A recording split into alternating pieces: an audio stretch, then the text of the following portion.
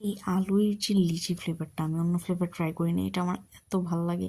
Literally বাংলাদেশের ড্রিঙ্কর কথা মনে করে। আর এই আইসক্রিমটা one of the best ice creams ছিল আমার লাইফে খাওয়া।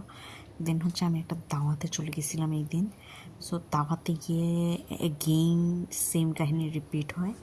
সো আমি একটা দাওয়াতে যেতেছি, আমি ফোন বের করে ব্লগ করবো, আমার কেমন অকওয়ার্ড লাগতেছিল। আনফর্চুনেটলি মানে আমি এখনও ওই জিনিসটার সাথে অভ্যস্ত হইনি যে ক্যামেরা বের করে একটু ভিডিও করবো খাবার দাবারের। আই ডোন্ট নো, বাট আমি হচ্ছে এদিন বেসিক্যালি যাচ্ছিলাম, আমি যেখানে থাকি সেখান থেকে অনেক অনেক দূরে। সো ট্রেনে হাফ অ্যান আওয়ারের মতো লাগছে আমার। মানে এমনি তো বাসে করে তো আসা লাগছে, সেটা তো আলাদা টাইম আছেই। সো ইউ ক্যান গেস কতটা দূরের একটা জার্নি করছি। লিটারালি আমার ঘুম পাচ্ছিল, আর যাদের বাসায় গেছিলাম সেখানে এরকম সুন্দর সুন্দর পাখি ছিল, এত কিউট। আর পাখিদেরকে ওনারা খাবার দেয় রেগুলারলি রুটিন করে 3টার সময়। সো যাই হোক, ওনাদের বাসা থেকে হচ্ছে ব্যাগ চাই আবার বাসায়।